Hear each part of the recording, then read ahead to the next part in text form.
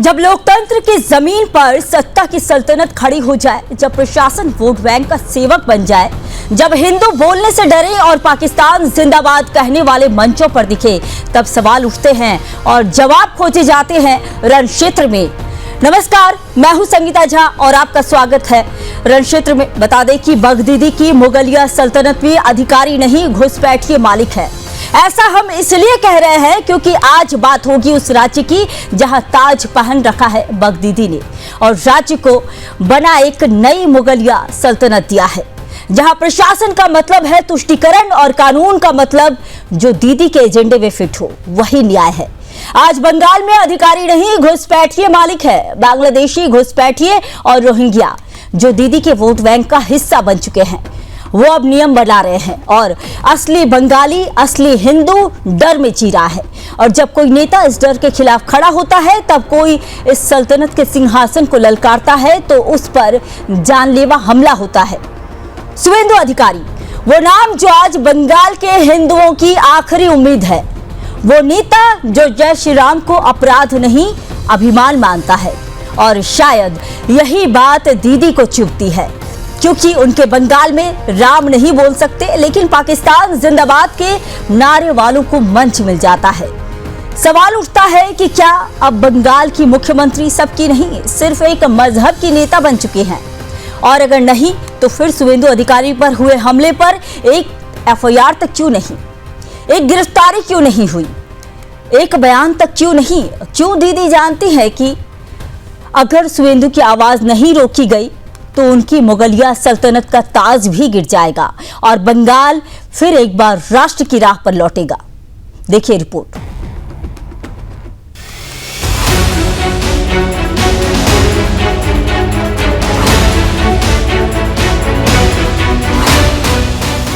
बंगाल की राजनीति में एक नाम जो अकेले ही पूरे तुष्टीकरण तंत्र को चुनौती दे रहा है, एक चेहरा जो रोहिंग्या, घुसपैठ और मजहबी हिंसा के खिलाफ बिना डरे सबसे ऊंची आवाज बनकर उभरा है, और वो नाम है शुवेंदु अधिकारी। बंगाल के हिंदुओं की जान अगर आज सलामत है तो उसकी वजह है वो बुलेट प्रूफ गाड़ी जिसने कूच बिहार में उनकी जान बचाई। आज शुवेंदु का आरोप साफ है, अगर मेरी गाड़ी बुलेट प्रूफ ना होती तो मुझे मार दिया जाता। और ये हमला कोई संयोग नहीं बल्कि सुनियोजित राजनीतिक आतंकवाद का हिस्सा है। जब उनसे पूछा गया हमलावर कौन थे तो जवाब आया बांग्लादेशी मुसलमान और रोहिंग्या जिनकी एंट्री सत्ता की सरपरस्ती में हुई है। सुनिए। अरे बुलेट प्रूफ कार था, नहीं तो मुझे आप मॉर्ग में माने पोस्टमार्टम मॉर्ग में देख सकता है। इतना हालत खराब कर दिया था, बुलेट प्रूफ कार का शीशा भी तोड़ दिया। ये सब बांग्लादेशी मुसलमान है। एरोगेंट एक मस्जिद से हमला किया है, खगड़ाबाड़ी मस्जिद। मैं तो सोशल मीडिया में डाल दिया। पश्चिम बंगाल का बॉर्डर डिस्ट्रिक्ट देश के साथ नहीं है। ये जमात, हिफाजत और ये जो इस्लामिक टेररिस्ट ग्रुप है, इसका हाथ में चला गया है। हर राष्ट्रभक्तों को आगे आकर इसको उखाड़ फेंकना पड़ेगा। शुवेंदु अधिकारी ममता के गढ़ में वो सच्चाई की तलवार है जिन्होंने नंदीग्राम में दीदी को धूल चटाई थी और अब बंगाल के हर कोने में जय श्री राम का उद्घोष कर मजहबी तुष्टीकरण की राजनीति की नींव हिला रहे हैं। हर मंच से वो कहते हैं बंगाल में हिंदू डर के साए में जी रहा है और ममता सरकार वोट बैंक के सामने नतमस्तक है। जब रामनवमी के जुलूस पर बमबारी होती है तब शुवेंदु सड़कों पर खड़े होते हैं। जब दुर्गा विसर्जन पर रोक लगाई जाती है तब शुवेंदु कोर्ट का दरवाजा खटखटाते हैं। जब हिंदू लड़कियां लव जिहाद का शिकार होती हैं, तब शुवेंदु प्रशासन से सीधा सवाल करते हैं और शायद यही सवाल ममता दीदी की राजनीति में बड़ा कांटा बन चुका है। आज सबसे बड़ा सवाल यह है कि क्या ममता बनर्जी अपनी कुर्सी बचाने के लिए हिंदुओं की आवाज को मिटा देने पर आमदा है? क्या ये वही नेता नहीं जो जय श्री राम सुनकर तिलमिला जाती हैं, लेकिन पाकिस्तान जिंदाबाद बोलने वालों को मंच देती हैं? जब हिंदू त्योहारों पर सरकारी पाबंदी लगती है तब रामनवमी के जुलूस पर बम बरसते हैं। जब लव जिहाद पर आंखें मूंद ली जाती हैं तो ममता बनर्जी मौन क्यों हो जाती हैं? क्या मुख्यमंत्री की जिम्मेदारी सिर्फ एक मजहब को खुश रखना है? बंगाल की जमीन अब सवाल पूछ रही है, क्या दीदी अब बंगाल की नहीं सिर्फ घुसपैठियों की नेता बन चुकी हैं? क्या उनके लिए वोट बैंक सबसे बड़ा धर्म बन गया है? और अगर नहीं तो शुभेंदु अधिकारी पर हुए जानलेवा हमले पर एक एफआईआर क्यों नहीं, एक प्रेस कॉन्फ्रेंस क्यों नहीं, एक गिरफ्तारी क्यों नहीं? क्योंकि ममता जानती है अगर शुभेंदु की आवाज ना रुकी तो उनकी तुष्टीकरण की राजनीति का ताबूत तैयार हो जाएगा। लेकिन अब दीदी सुन ले, जिस बंगाल को आप जिहादियों की चौखट बना रही हैं, वहां से अब राष्ट्र का रक्षक खड़ा हो चुका है। उसका नाम है शुभेंदु अधिकारी। Bureau report, Sudarshan news.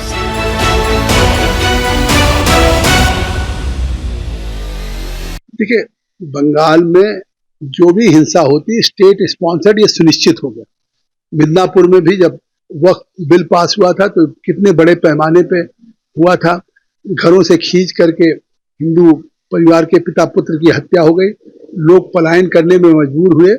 और आज भाजपा के नेता प्रतिपक्ष हैं शुभेंदु अधिकारी, उनके काफिले पे हमला करना, जबकि उनको भारत सरकार की सुरक्षा मिली है, इससे साफ है कि ये राज्य प्रायोजित हिंसा है, इसमें राज्य इन्वॉल्व है। देखिए, इसका पहले भी हमारा 3 विधायक के ऊपर एक फिजिकल असॉल्ट हुआ था और इसी को लेकर के शुभेंदु अधिकारी का मांग था कि हम 60 विधायक को लेकर वहां पहुंचेंगे। पुलिस परमिशन नहीं दिया। बाद में न्यायाधीश की ऑर्डर से शुभेंदु अधिकारी 5 विधायक को लेकर कल जा रहे थे। तो जिस जगह का जनसंतुलन बिगड़ गया, ऐसी एक जगह पर शुभेंदु अधिकारी का कॉन्वॉय के ऊपर जानलेवा हमला हुआ। अगर सीआईएसएफ उसका जो सिक्योरिटी एजेंट उसका पास नहीं होता तो शुभेंदु अधिकारी कल जीवित नहीं रहता। जिस स्टेट में नेता विपक्ष का खुला घूमने का अधिकार नहीं है, उस स्टेट में जनता का हालत क्या है और विपक्ष का, जो लोग राजनीति में। हम लोग चाहते हैं कि केंद्र सरकार, होम मिनिस्ट्री की तरफ से इसका एक निरपेक्ष तदंत किया जाए। कौन कौन इसका पीछे है, क्योंकि आपको याद होगा कुछ साल पहले नड्डा जी के ऊपर हमला हुआ, फिर डॉक्टर सुकांत मजुमदार के ऊपर हमला हुआ, निशित प्रामाणिक के ऊपर हमला हुआ, हमारा बहुत सारे नेता के ऊपर हमला हुआ। और हम लोग कुछ करने जाएंगे, कुछ प्रोग्राम करने जाएंगे पश्चिम बंगाल में, और ममता बनर्जी ये एक नैरेटिव कि ये आप कुछ भी करने जाएंगे भाजपा तो आपके ऊपर आक्रमण होगा, तो ये हम लोग डरने वाले नहीं है। हमारा जो कार्यक्रम है बंगाल के लोगों के लिए जो काम करना है ये हम लोग करेंगे, और आज से हम लोग प्रतिवाद में उतर रहे हैं रास्ते। तो ये सभी बयान भी आप सुन रहे थे। तो बंगाल की धरती पर आज सवाल सिर्फ सरकार का नहीं, सवाल है शासन के चरित्र का, जहां दीदी का हर आदेश फरमान बन चुका है, जहां नियम वो बनते हैं जो वोट बैंक की तिजोरी भरे, और जहां जय श्री राम बोलना अपराध, लेकिन पाकिस्तान जिंदाबाद बोलना अभिव्यक्ति की आजादी कहलाता है। तो क्या बंगाल में संविधान नहीं, सिर्फ सत्ता की सनक चलती है? क्या शुभेंदु अधिकारी पर हुआ हमला सिर्फ एक चेहरा निशाना था, एक विचार को कुचलने की कोशिश? आज रण क्षेत्र में होगी इसी पर बहस, ताज की नहीं नीति की। तो मेरे साथ जुड़ चुके हैं टीएमसी के नेता एहतेशामुल हक जुड़ चुके हैं, और साथ ही राजनीतिक विश्लेषक अविनाश सिंह जुड़ चुके हैं, और इसके साथ ही कांग्रेस से है कांग्रेस के नवाज प्रवक्ता जुड़ चुके हैं। आप सभी का बहुत स्वागत है। तो सबसे पहला सवाल मेरा टीएमसी के नेता से ही है। ये बताइए कि जिस तरह से आप लोग बांग्लादेशी घुसपैठियों को लेकर हमेशा ही सहयोग करते हैं और उनके सहयोग में बात करते हैं, तो क्या ये राजनीति का आप लोग का पालक बन चुका है क्या? देखिए संगीता झा जी, आपका जो सवाल अभी शाम के 6 बजे जो डिबेट हो रहे हैं, तमाम पैनलिस्ट को सबसे पहले नमस्कार, गुड इवनिंग। जिस हिसाब से कूच बिहार का कल जो शुभेंदु अधिकारी को लेकर के गाड़ी पे जो हुए अटैक की बात हो रही है, देखिए ये एक सरासर इल्जाम, ये झूठी इल्जाम, उसको शुभेंदु अधिकारी की जिस टाइम में गाड़ी जा रही थी उनको काला पताका दिखला करके लोग उनको ब्लैक कार्ड इसलिए दिखला रहे थे, काला झंडा, क्योंकि वो बंगाल की सभ्यता को मानते नहीं है, बंगाली को नहीं मानते, खुद बंगाल में रह करके बंगाल में जब वो टीएमसी में थे तब वो बंगाली सभ्यता को मानते थे, और जैसे ही वो बीजेपी में आ गए वैसे ही वो बंगाली सभ्यता को नहीं मानते, और जो तस्वीरों में दिख रहा है वो तस्वीरें झूठ है। आपकी सवाल का आप कृपया आप हमसे जवाब लिए फिर आप बीच में ही करें। बिल्कुल जवाब लूंगी, लेकिन मुझे भी बोलना पड़ेगा ना। मेरी बात सुनिए, फिर आप अपनी बात रखिएगा तो फिर तो मजा खराब हो जाएगा, डिबेट का मजा नहीं रहेगा। अच्छा। मैं जो बात बोल रहा हूँ ये देखिए ये काला उनको झंडा दिखाया गया, काला पताका दिखाया गया, बट लेकिन उनके ऊपर पथराव नहीं, ये झूठा इल्जाम भारतीय जनता पार्टी का है। आज देखिए उनको जय बांग्ला बोलने में सुनने में तकलीफ होती है, कान में दर्द होता है। बंगाल का खाते हैं, बंगाल में रहते हैं, सब कुछ खाते हैं, जय बांग्ला। अच्छा, जय बांग्ला उद्घोष जो है ये तो बांग्लादेश का, बांग्लादेश के जो स्लोगन है उसको यहाँ बंगाल में क्यों इस्तेमाल कर रहे हैं आप लोग? जय श्री राम। और जब इस बार पश्चिम बंगाल में जब दुर्गापुर में पीएम मोदी गए हुए थे, उस दौरान जब पंपलेट में जय माँ दुर्गा जय माँ काली लिखा गया, उससे भी आपको दिक्कत है, जय श्री राम से भी आपको दिक्कत है, तो छोड़िए ना। फिलहाल जो आपसे सवाल पूछा जा रहा है उसका जवाब दे दीजिए। घुसपैठियों को आप लोग क्यों बार बार पनाह देते हैं और घुसपैठियों के खिलाफ आप क्यों नहीं बोलते हैं? संगीता जी देखिए, आपकी सवाल मैंने सुन लिया, कृपया आप 1 मिनट का मौका दे ताकि हमारे सुन सके आप सही से। जी बोलिए। देखिए यहाँ ये बंगाल की सभ्यता है, जिस तरह से आप लोग कह रहे हैं कि बंगाल में दुर्गा पूजा नहीं मनाया जाता है, आपको मालूम नहीं है कि अभी 1,10,000 मैंने ऐसा बोला ही नहीं, दुर्गा पूजा मनाया नहीं जाता है। कब मैंने ऐसा कब बोला कि दुर्गा पूजा मनाया नहीं जाता है? दुर्गा पूजा जब दुर्गा पूजा मनाया जाता है उस दौरान जब हमले होते हैं तब आपके नेता चुप रहते हैं। भूल गए पिछले साल भूल गए, मिटिया बुरुज में हुआ था ना, मिटिया बुरुज में हमला हुआ था। भारतीय जनता पार्टी, संगीता झा जी, भारतीय जनता पार्टी यहाँ सोच रहे हैं किसी भी सूरत से बंगाल में कब्जा, लेकिन यहाँ की जनता जो है पश्चिम बंगाल से प्यार करने वाले हैं। यहाँ बंगालियों को ऊपर में जहाँ डबल इंजन की सरकार है वहाँ जुल्म हो रहा है, क्यों शुभेंदु अधिकारी आवाज उठा रहे हैं? आप लड़ने वाले फिलहाल अभी हम बात कर रहे हैं पश्चिम बंगाल की, दूसरे राज्य की हम बात नहीं कर रहे। जब दूसरे राज्य की बात करेंगे आपको बुला लेंगे। सब पर बात करना होगा। बंगाली पर जुल्म हो रहा है दूसरे राज्यों में, क्यों नहीं बोला जाएगा इस पे बात? क्यों नहीं डिबेट आप करेंगे आप इस पे? किसी बंगाली पर जुल्म नहीं हो रहा है। बंगाली जब बंगाल से बाहर है वो खुश हैं। क्या बात कर रहे हैं आप? जबकि पश्चिम बंगाल में जो बंगाली है ना वो परेशान हो रहे हैं, वहां के जो हिंदू बंगाली है वो परेशान हो रहे हैं। मुर्शिदाबाद भूल गए क्या? मेदिनीपुर भूल गए क्या? याद दिलाओ, मुर्शिदाबाद में भूल गए। वक्फ कानून के आड़ में किस तरह से वहां पे जो घुसपैठियों को आप लोगों ने पनाह दे रखा है, वो घुसपैठी हिंदुओं पर हमला करते हैं और आपकी सरकार जो है चुप रहती है। आपकी वही सीएम ममता बनर्जी वहां पर जाती है, लेकिन जब सारी चीजें खत्म हो जाती है उसके बाद जाते हैं। और आप ही के नेता हैं, आप ही के नेता कहते हैं ये तो बस कोई भाग नहीं रहा है, ये बस एक इलाके से दूसरे इलाके में जा रहा है, वहां से लोग भागने को मजबूर हो रहे हैं। देखिए संगीता झा जी, यहाँ हम लोग बैठे हुए हैं एक लीडर के हिसाब से, एक समाज सेवक के हिसाब से, ना ठीक है। मेरे साथ कांग्रेस के प्रवक्ता शाहिद नवाज जी भी है, मैं उनके पास आना चाहूंगी। आपने बोल लिया। शाहिद जी ये बताइए कि बार बार बीजेपी पर सांप्रदायिकता का आरोप लगता रहता है, आप लोग भी लगाते हैं, लेकिन जब शुभेंदु अधिकारी पर हमला हुआ है तो आप लोग मौन क्यों हैं? समर्थन दे रहे हैं क्या टीएमसी का? इसमें भी समर्थन देंगे क्या? क्या अभी आप लोग टीएमसी की कठपुतली बने हुए रहेंगे क्या ऐसे मामलों में भी? सबसे पहले सभी साथियों का स्वागत है और यहाँ जुड़े हुए सभी साथी इस बात पे अपनी राय रखेंगे। जहां तक मुझे मौका मिला है तो मैं ये पहले बता दूं कि आपने जो शुभेंदु अधिकारी जी के ऊपर हमले की बात की है और कठपुतली की बात की है, तो कांग्रेस ना कभी कठपुतली बनी थी, ना अभी बनी है, ना आगे बनी रहेगी। हमेशा हमने खुल के हर जुल्म हर शिद्दत का विरोध किया है। शुभेंदु अधिकारी जी जिस पद पे हैं वो आज बंगाल के लेजिस्लेटिव असेंबली के ऑपोजिशन लीडर हैं और वो सबके लिए हैं, तो उनका उस पद का आदर होना चाहिए। उनके ऊपर जो भी हुआ है अगर इस तरह का हमला, तो हम उसकी निंदा करते हैं, लेकिन हमें यह भी समझना होगा कि जब शुभेंदु अधिकारी जी दूसरे दल में थे तो वो भी इस तरह की हरकत करवाया करते थे। आज वही सिखाया हुआ उन्हीं के लोग आज पलटवार उन्हीं के ऊपर कर रहे हैं। कल जब वो किसी और पार्टी में किसी और दल में थे तो वो भी ये हरकत करवाते थे। तो ये समझना होगा कि हम अगर किसी को अच्छी चीज सिखाएंगे तो वो अच्छाई हमारे सामने भी आएगा, अगर गलत कुछ सीख देते हैं तो वो भी सामने आएगा। तो आज जो हुआ बिल्कुल गलत है। सिर्फ शुभेंदु अधिकारी नहीं, जो भी उस पद पे हो उसकी गरिमा को देखते हुए ऐसा नहीं होना चाहिए। लेकिन हम जैसी सीख देंगे, हम अगर पिछले वक्त में कुछ ऐसा किए हैं तो वो सीख तो सामने हमारे सामने भी उतर के आएगा। यानी कि आप कहना चाह रहे हैं कि जो भी पार्टी में जो भी नेता रहते हैं वो इस तरह के कार्य करते हैं, यानी कि कांग्रेस भी ऐसा ही करती है। ठीक है, मेरे साथ बीजेपी से पार्टी में जो नेता नहीं, नेता अच्छे और बुरे दोनों होते हैं, ठीक है। राजनीति में अच्छे लोग और बुरे लोग ये आप हमसे बेहतर तरीके से जानती हैं, क्योंकि आप हर दिन कितने पॉलिटिशियन से मिल रही हैं, डिबेट कर रही हैं उनका, और इसके ऊपर आप बेहतर जानती हैं हमसे कि किस पार्टी में आप बस इतना बता दीजिए कि जो कल की घटना जो हुई वो सरासर ही गलत है और इस मामले में आप टीएमसी के साथ नहीं है, बस इतना बता दीजिए। आप टीएमसी का इसमें समर्थन नहीं करते हैं, और जो घुसपैठ का मुद्दा जिस पर हम बार बार बात करते आए हैं जी,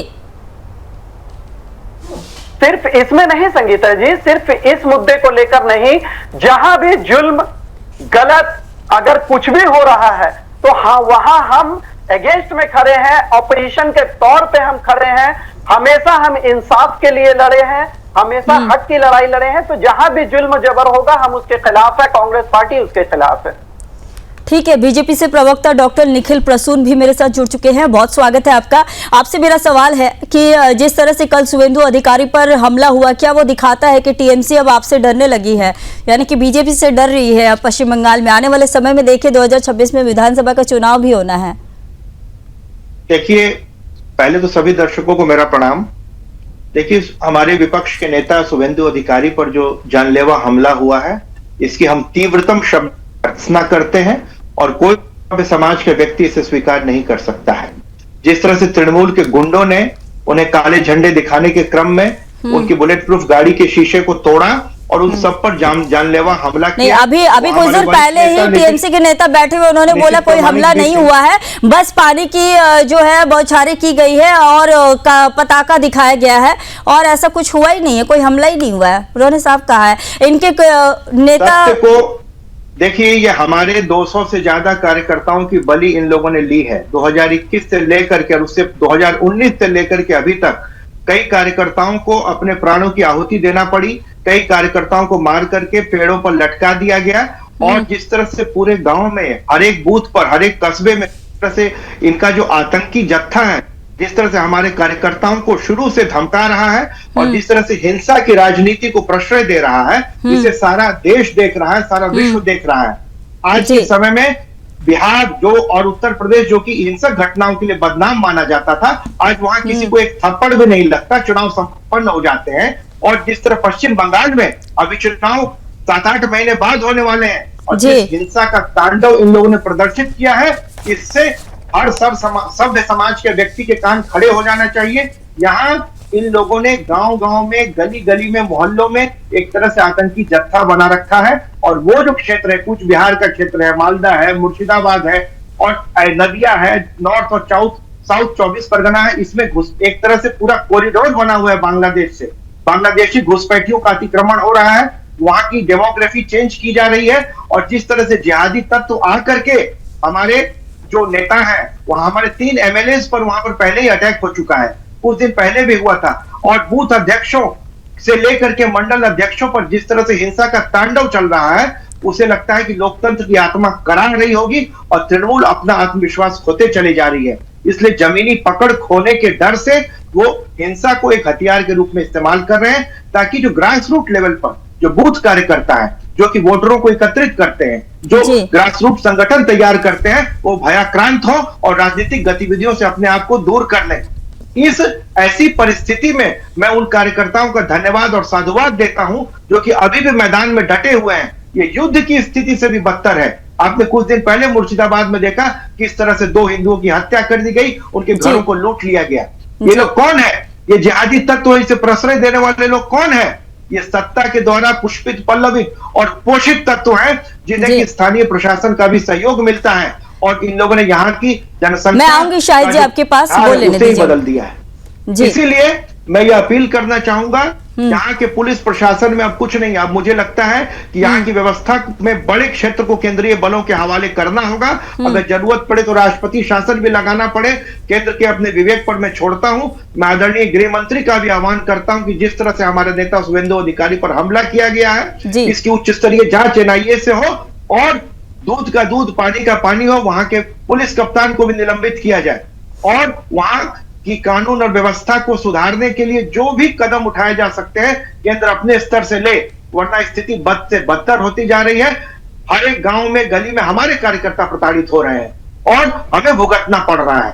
और कितने माताओं की गोद सुनी होगी, कितने महिलाओं की जो मांग का सिंदूर उजड़ेगा, उस क्या करके यहाँ की जो रक्त पिपासु जो प्रशासन है उसे चैन मिलेगा। मुझे तो ये पूछना है, और प्रशासन के इसमें क्या रद्द अमल है उसे मैं यहाँ के प्रशासन से देखना चाहता हूँ, उन्होंने क्या सिद्धांत लिया तब, जबकि हमारा एक शांतिपूर्ण प्रतिनिधिमंडल प्रशासन पर तो देखिए निखिल जी हमेशा ही सवाल उठते आए हैं। ठीक है, मेरे साथ राजनीतिक विश्लेषक भी जुड़े हुए हैं अविनाश जी। मैं आपसे ये जानना चाहूंगी, क्या लगता है कि ये कहना गलत नहीं होगा, जो बंगाल की जो यानी कि जो हिंदू नागरिक हैं उससे भी ज्यादा जो वर्चस्व है वो घुसपैठियों का नहीं हो गया है बंगाल में? क्या लगता है आपको? जी सभी को नमस्कार, जय श्री राम। देखिए, 2-3 प्रवक्ता बोल चुके और जो पहले टीएमसी का प्रवक्ता जो बोल रहे थे, मैं उनके स्वर से स्वर मिलाता हूँ। वो कह रहे थे कि शुभेंदु अधिकारी बंगाल का कल्चर नहीं समझ रहे हैं। आप क्या हिंदुस्तान का कल्चर समझ रहे हैं? आप क्या अपने पूर्वजों को बाप दादाओं को हिंदू मानने को तैयार है? हिंदुस्तान का तो हिंदू कल्चर है। तो कौन हिंदुस्तान का कल्चर नहीं समझ रहा है, कौन बंगाल का कल्चर नहीं समझ रहा है, वो फिलहाल हकीम बता देंगे इनके पार्टी के। जब उनका सार्वजनिक इंटरव्यू हो रहा था इलेक्शन में, तो उन्होंने मुसलमान का नंबर बता के बताया, यहां हम चाहेंगे तो 6-7 पाकिस्तान बना लेंगे। ये इनके पार्टी के लोग थे। और दुनिया जानती है कि कहीं भी अगर उन्माद हो रहा है, चाहे वो सीरिया, जॉर्डन, कोई भी आप देश देख लीजिए जहां मुसलमान 30% से ऊपर है, वहां उन्माद है। पाकिस्तान देख लीजिए, अफगानिस्तान, हर जगह। तो मुसलमान जहां भी रहेगा वहां पे उन्माद फैलाएगा। और क्योंकि बंगाल की राजनीति हिस्टोरिकली, ऐतिहासिक रूप से बड़ी रक्त रंजित रही है, खास करके कम्युनिस्ट के जमाने में इनके कार्यकर्ता, कांग्रेस के कार्यकर्ता को या किसी अन्य पार्टी के कार्यकर्ता को, वो बहुत खूनी जंग होता था। बेटे का खून मां को चावल में पका करके खिला दिया। वो ये सब चीज हम जानते हैं, सार्वजनिक मंच पे लोग जानते हैं ये चीजों को। अब आता हूं इनके बात पे, कांग्रेस की बात पे। ये कह रहे थे शुभेंदु अधिकारी ने जो सीख दिया वो सीख वापस लौट के आ रहा है। इनके नाम दोनों के बराबर है, इसलिए इन दोनों की सोच भी बराबर है। आप जो मदरसा में सीख देते हैं ना सर, वो वापस आता है। शुभेंदु अधिकारी को जो सीख देते हैं ना, वो वापस नहीं आ रहा। आप जो मदरसा में सिखाते हैं, काफिरों के बारे में जो बताते हैं, बच्चों को जो आप बताते हैं, वहां से वो आ रहा है हिंसा।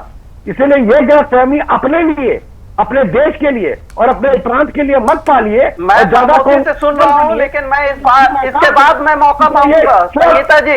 बिल्कुल, ठीक है, आप सुन लीजिए, बोलने दीजिए। अगर मैं मर्यादा तो मैं व्यक्तिगत रूप से मैं जिम्मेदार रहूंगा। अगर मैं व्यक्तिगत रूप से जिम्मेदार रहूंगा। क्या ये सच नहीं है कि मदरसे में ऐसी पढ़ाई जाती है? हमसे बड़े हैं, बेहतर होगा आप तमीज से बात कीजिए। ये सच नहीं है? क्या ये सच नहीं है कि ऐसी तालीम दी जाती है जहां पे बम फट जाए, बम लगा के वो फटते हैं? बताइए। ये कहते हैं कि टेररिस्ट का धर्म नहीं होता, पर मैं पूछना चाहता हूं, सारे टेररिस्ट एक ही धर्म से क्यों आते हैं? क्यों सारे टेररिस्ट एक ही धर्म से आते हैं? इनके अंदर का पाकिस्तान नहीं मरा है, चाहे वो कांग्रेसी हो, चाहे वो टीएमसी के हो। इनके अंदर का गजवाए हिंद नहीं मरा है, चाहे वो कांग्रेसी हो, चाहे वो टीएमसी हो। हमें सचेत होना होगा। और मैं भाजपा से पूछना चाहता हूँ, शुभेंदु अधिकारी कह रहे हैं, कि सिक्योरिटी वालों की वजह से हम फंस गए। जवाब तो ये होना चाहिए था मैडम कि सिक्योरिटी अधिकारी की वजह से 20 मारे गए। सिक्योरिटी अधिकारी अगर डेंजर देख रहा था तो गोली क्यों नहीं चला रहा था? वो शुभेंदु अधिकारी को कैसे बचा रहा था? मैं ये पूछना चाहता हूं भाजपा से, अगर आपने सिक्योरिटी दी है तो आपने क्यों नहीं ऑर्डर पास किया है कि कोई भी आपके नेता को खतरा हो तो गोली चलाने का आदेश मिलना चाहिए? ये आपने क्यों नहीं दिया शुभेंदु अधिकारी के सिक्योरिटी को? शुभेंदु अधिकारी कहे कि सिक्योरिटी ने मुझे बचा दिया। अरे मैं तो सर पकड़ के बैठा हूं। जिसके पास 4-5 गनर हो, उसने 20 लोगों को गोली क्यों नहीं मारी? क्यों नहीं वहीं पर लाशें गिरा दी गई? तो सबसे पहले मैं चलती हूँ कांग्रेस से जो नेता हैं उनके पास चलती हूँ। आप कुछ कहना चाह रहे थे, बताइए शाहिद जी। जी संगीता जी, बहुत शुक्रिया। और अभी मुझसे पहले जो प्रवक्ता ने कहा है, देखिए यहाँ हम लोग जो भी बैठे हुए हैं वो किसी न किसी पार्टी के प्रवक्ता के हैसियत से बैठे हुए, हिंदू मुसलमान के हैसियत से नहीं। हाँ, हम हिंदू मुसलमान जरूर है, हमारा धर्म हमारा मजहब अलग हो सकता है, लेकिन हम सबसे पहले हम हिंदुस्तानी हैं। लेकिन उन्होंने एक विश्लेषक के तौर पे आपने उन्हें बैठाला है, लेकिन वो उन्होंने खुलेआम मुस्लिम समाज पे अटैक किया है। ठीक है, मैं इसकी कड़ी निंदा करता हूँ। बिल्कुल ये क्या किया है, यथार्थ बोला है, यथार्थ बोला है। उससे हाँ, उस बारे में मैं आपको बता दूं कि वहाँ इनको अब चुप कराइए, मैं चुप से सुन रहा। ठीक है, अविनाश जी बोल लेने दीजिए। इन्होंने जिस तरह की हरकत की है, ये शोभा नहीं देता है आपके इस डिबेट में। तो मुर्शिदाबाद में एक लड़की तमन्ना की भी जो हत्या हुई है, बिल्कुल उसको मैं हत्या कहूंगा। इलेक्शन चुनाव जीतने के बाद जो रैली निकाली गई थी विजय मिचिल, उसमें जो बम फटा, उसमें जो हत्या हुई वो एक मुसलमान बच्ची थी। उसके बाद इन्होंने कहा है कि बहुत दर्द होता है आतंकवादी की पूछना चाहता हूँ। इन्होंने कहा कि धर्म देख करके आतंकवादी नहीं होता। पहलगाम में वही हुआ था, पहलगाम में वही हुआ था, आजाद।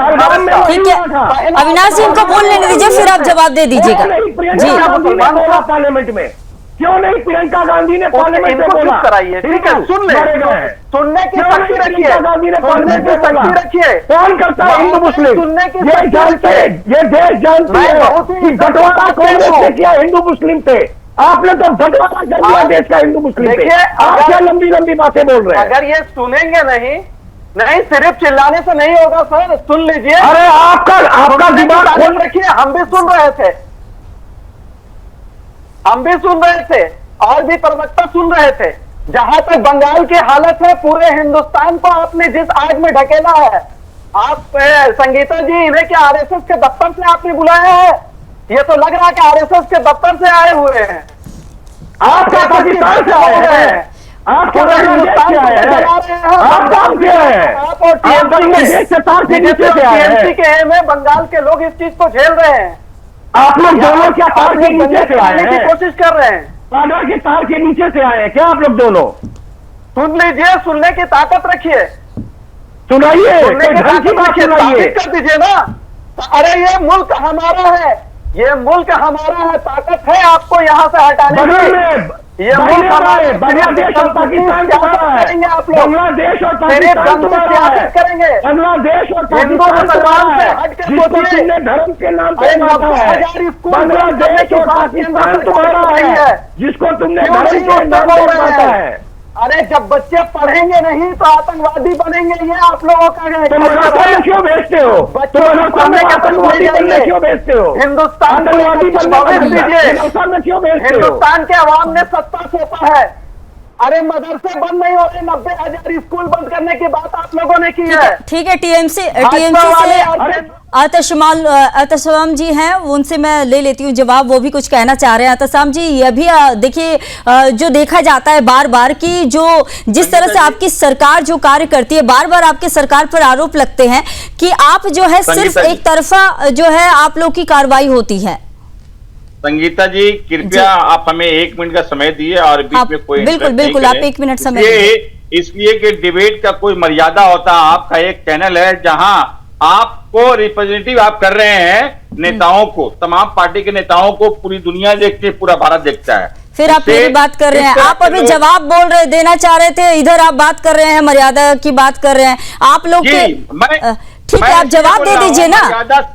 मर्यादा सबका, इसलिए मैं प्रयोग किया। हाँ, मैंने मर्यादा जो भी मर्यादा का उल्लंघन जो भी करेगा मैं उसे रोकूंगी, लेकिन आप जवाब दे दीजिए, आप हमें मत सिखाइए। मैं जवाब दे रहा हूँ। हाँ, ठीक है, जवाब दे दीजिए। विश्लेषक है, राजनीति विश्लेषक जो है, उनके नाम के नीचे बीजेपी प्रवक्ता और आरएसएस। पहले बात तो आप लोग जो है जो मुद्दा है उससे भटक रहे हैं। आप सीधा सा ये बताइए ना कि जो घुसपैठ है बंगाल में जगह जगह उसको निकालेंगे या नहीं, बस इतना सा बताइए। आपके जो नेता है उस पर कार्रवाई करेंगे कि नहीं? दीदी जो है पश्चिम बंगाल में मुख्यमंत्री ममता बनर्जी जो घुसपैठी है उस पर कार्रवाई करेगी कि नहीं? सीधा बस इतना बता दीजिए। मैं आपको 1 मिनट में सारा उत्तर दे दूंगा। सबसे पहले बस उत्तर दीजिए, आप हमें काम मत सिखाइए। आरएसएस आप नहीं सिखा रहा हूँ, नहीं आप बीच में फिर आप आरएसएस की बात कर रहे हैं। आपसे जो पूछ रहे हैं वो बताइए ना, जो मुद्दा है वो बताइए ना। बार बार ये मैं कल तो शुभेंदु अधिकारी पर हमला हुआ है, उनके काफिले पर हमला हुआ है, लेकिन जो अन्य राज्यों में जो हमला होते हैं उसको कब रोकेंगे?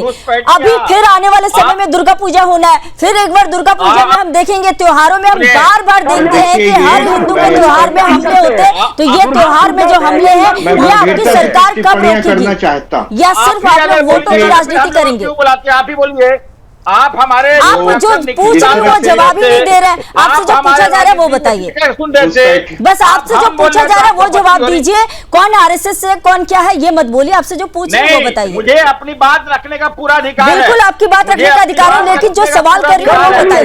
मैं अधिकार के हिसाब से बात रख रहा हूँ, उनको बोलिए मुंह में जरा सा चुप रहने के लिए। कैसे आता है तो घुसपैठिया केंद्र सरकार है। अच्छा, आपके नेता के नाम नहीं आते हैं, आपके नेता के नाम नहीं आते, आपके कई नेता हैं जिनके नाम सामने आए हैं घुसपैठियों को मदद करने में, कई नेताओं के नाम सामने आए हैं आपके, चाहे वो नॉर्थ 24 परगना की बात हो जाए, साउथ 24 परगना की बात कर ले, मुर्शिदाबाद की बात कर ले, हर जगह से आपके नेताओं के नाम भी सामने आते हैं कि आपके नेता मिले हुए रहते हैं। अभी भी एसआईआर को लेकर जो भारतीय जनता पार्टी का जो है हमारे पार्टी पर लगाते हैं, भारतीय जनता पार्टी का ये काम है, उनका काम है हमको इल्जाम लगाना। अच्छा, आपको अगर बचना है तो सीधा आप ये कह देते हैं कि भारतीय जनता पार्टी पहले तो खुद पर ही करवा लेती है हमले, कुछ नेताओं ने ऐसा भी कहा है खुद ही हमले करवाई है, और साथ ही आप लोग आरएसएस को ले आते हैं। जनता पार्टी कुछ भी कर सकती है। ठीक है, मैं बीजेपी का प्रवक्ता निखिल जी से जवाब ले लेती हूँ, जी बोलिए। देखिए, घुसपैठियों को लेकर के तृणमूल का जो रुख है उसमें बड़ा ही दुमुहापन है।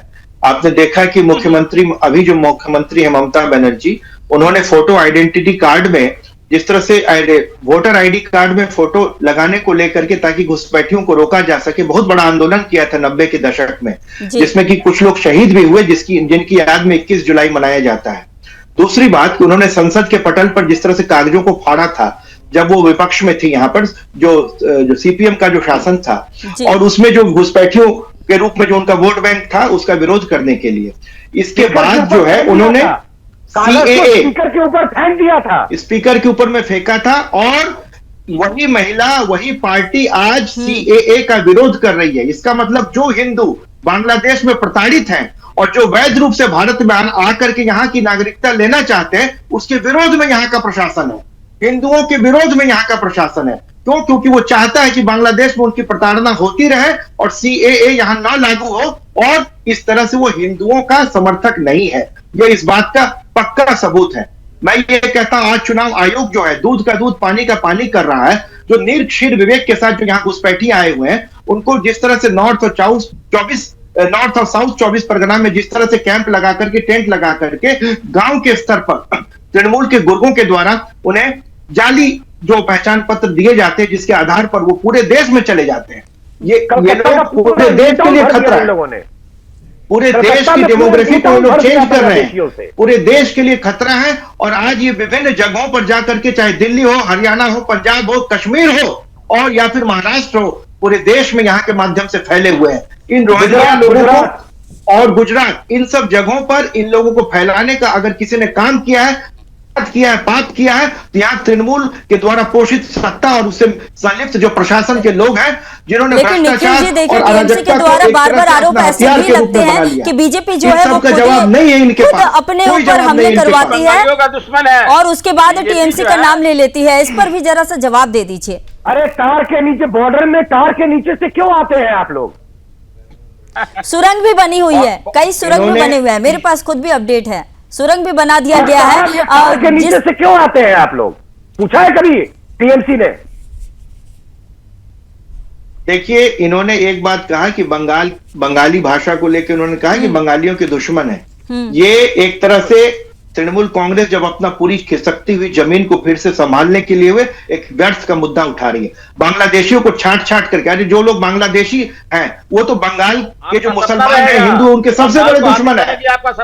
उनकी नौकरी छीन रहे हैं, उनकी आजीविका छीन रहे हैं, और मैं ये कहता हूं कि बांग्ला भाषा हम सबों के हृदय में है, जो दुनिया की सबसे मीठी भाषा है वो हमारा हृदयस्थ है, उसका हम सम्मान करते हैं। बंगाली भाषा होने के साथ साथ एक फिर आप यूपी पे आ गए, फिर आप यूपी और पश्चिम बंगाल करने लग गए। आप लोग भाषा की राजनीति करते हैं, लेकिन आप लोग क्या है, घुसपैठियों को पनाह देंगे। अभी कुछ समय पहले की ही बात है, हावड़ा से कई अफगानिस्तानी भी पकड़ाए गए। ऐसे लोगों पर कार्रवाई क्यों नहीं होती है? क्यों नहीं करते हैं ऐसे लोगों पर कार्रवाई? अभी फिर एसआईआर को लेकर जब सवाल हुआ, उसके पहले कि आपको बता दूं, डानपुर से भी कुछ ऐसे लोगों के नाम सामने आए हैं जिनके पायलट में 2026 में मुक्ति खाने पड़ेगी। प्रधानमंत्री मोदी ने ही क्लासिकल भाषा का दर्जा दिया बंगाली को, और हमारी जो बीजेपी हारे या जीते, लेकिन टीएमसी नेता से मेरा यही सवाल है, ये बताइए ना, घुसपैठियों को क्यों आप लोग उन्होंने बना दे हमारी रहे हैं? पार्टी की स्थापना की। हमसे बड़ा बंगाल भक्त या भारत भक्त तो कोई नहीं है। और इस तरह से आपने हिंदुओं का सीए का विरोध करके प्रताड़ित हिंदुओं का विरोध किया है, इसका तो सबूत हम सबों के सामने है। जिन घुसपैठियों का विरोध करते हुए आपने अपनी राजनीति चमकाई 90 के दशक में, और इस दशक के इस शताब्दी के शुरू के 10 वर्षों में आज उन्हीं हिंदुओं के विरोध को अपनी राजनीति की धुरी बना करके आप लोग चल रहे हैं। जिस तरह से आप लोगों ने यहां पर एक तरह से तुष्टीकरण को एक अलग जामा पहना दिया है, समाज में जिस तरह से विश्वमन आपने किया है, हिंदुओं को पलायन करने पर मजबूर कर दिया है, और आज आप कह रहे हैं कि बंगाली प्रताड़ित हो रहे हैं। आज जो हमारे बंगाल के मजदूर दूसरे राज्यों में काम कर रहे हैं, अगर यहाँ रोजगार होता तो उन्हें जाने की जरूरत नहीं। यहाँ की अर्थव्यवस्था चौपट है, एक भी कल कारखाने नहीं लगे। यहाँ समाज में जो जिस तरह तोलेबाज, जिस तरह नोटों का पहाड़ मिलता है, आपका प्रशासन जो है सो पूरी तरह से पंगु हो चुका है। और 2026 में बंगाल की जनता आपको बदलने जा रही है। ये परिवर्तन की असली और नई हवा है, और इस हवा की आप सभी उड़ने चले जा रहे हैं। ठीक है, फिलहाल समय की इतनी कमी थी। बहुत बहुत धन्यवाद आप सभी मेरे साथ जुड़े। टीएमसी के नेता आपका भी धन्यवाद, और शाहिद जी आपका भी धन्यवाद, और साथ ही निखिल जी आपका भी धन्यवाद, अविनाश जी आपका भी बहुत धन्यवाद। तो आज रण क्षेत्र में सिर्फ आवाजें नहीं गूंजी, बल्कि बंगाल की पीड़ा भी सुनाई दे रही है। किस तरह से शुभेंदु अधिकारी पर हमला हुआ, ये एक संकेत है कि जो झुके नहीं उन्हें तोड़ा जाएगा। लेकिन याद रखिए, अब लोकतंत्र डरने लगे, जब भी लोकतंत्र डरने लगे तब जनता उठ खड़ी होती है। सवाल आज भी वही है, फैसला अब जनता का है। फिलहाल के रण क्षेत्र में इतना ही। देश दुनिया की तमाम खबरों के लिए बने रहिए सुदर्शन न्यूज के साथ। जय हिंद।